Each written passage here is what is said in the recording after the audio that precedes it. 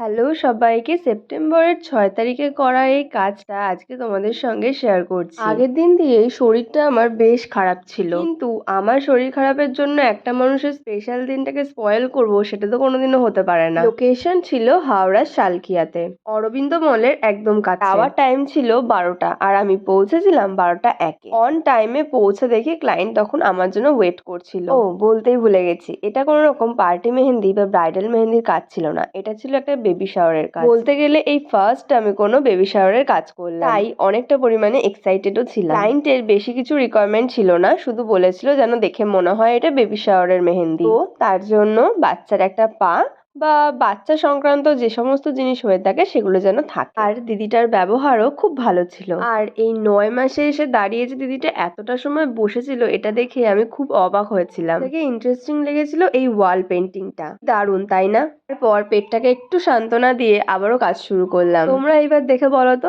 কাজটা তোমাদের কেমন লাগছে। কাজ করার সময় ভিডিও করার কথা একদমই মাথায় থাকে না, তার জন্য আরেকটা হাতের ভিডিও করা হয়নি। ফাইনাল রেজাল্টটা তো তোমরা দেখতেই পেলে, এবার তোমরা জানাও তোমাদের কেমন লাগলো।